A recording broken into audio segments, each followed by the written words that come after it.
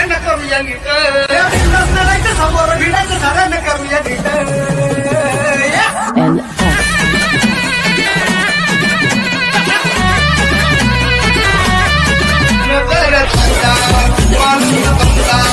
राजाचा जिगर, public figure.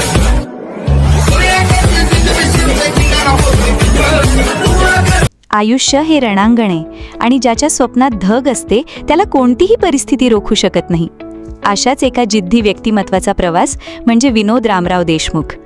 मूळचे जळगावकर असलेले विनोदजी गरिबी आणि हलाखीची परिस्थिती म्हणजे काय हे त्यांनी जवळून पाहिलंय. पण गरिबी ही त्यांच्या स्वप्नांच्या आड कधीच आली नाही. नोकरीच्या शोधार्थ जेव्हा ते अंबरनाथच्या दिशेने आले तेव्हा खिशात होते फक्त धाडस आणि डोळ्यांत होते मोठे स्वप्न. अंबरनाथच्या मातीशी नाते जुळले आणि तिथूनच त्यांच्या संघर्षाच्या दुसऱ्या पर्वाला सुरुवात झाली. अनेकदा प्रतिकूल परिस्थिती माणसाला तोडते, पण विनोदजींच्या बाबतीत ती त्यांना घडवत होती. जगण्यासाठी त्यांनी कष्ट उपसले, पण त्या कष्टातून मिळणाऱ्या भाकरीपेक्षा त्यांना समाधानाची ओढ जास्त होती. त्यांची स्वप्ने त्यांना स्वस्थ बसू देत नव्हती.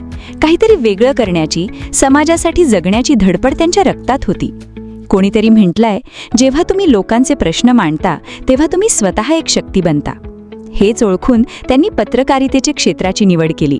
महाराष्ट्र रोशनी न्यूज या साप्ताहिकाची मुहूर्तमेढ रोवली. केवळ बातमीदारी न करता त्यांनी अन्यायाविरुद्ध आवाज उठवला. सर्वसामान्यांचे प्रश्न, गरिबांचे दुःख आणि समाजातील विसंगती त्यांनी आपल्या लेखणीतून मांडली.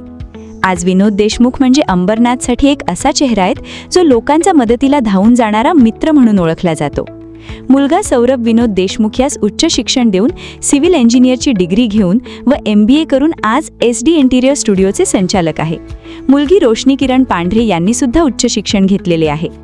हलाखीच्या परिस्थितीतून बाहेर पडून आज सुखी आणि समृद्ध जीवन जगत असतानाही त्यांचे पाय जमिनीवर आहेत. कारण त्यांना माहिती आहे हा प्रवास केवळ स्वतःसाठी नव्हता तर समाजासाठी होता. विनोदजी, तुमचा हा प्रवास केवळ एक कथा नाही तर ती एक प्रेरणा आहे. स्वप्ने ती नाहीत जी झोपेत पडतात, स्वप्ने ती असतात जी आपल्याला झोपू देत नाहीत. आणि विनोदजींनी हे शब्द आपल्या आयुष्यातून सार्थ करून दाखवले आहेत. तुम्हाला वाढदिवसाच्या खूप खूप शुभेच्छा. शुभेच्छुक सर्व देशमुख व पांढरे परिवार व सर्व मित्र परिवार.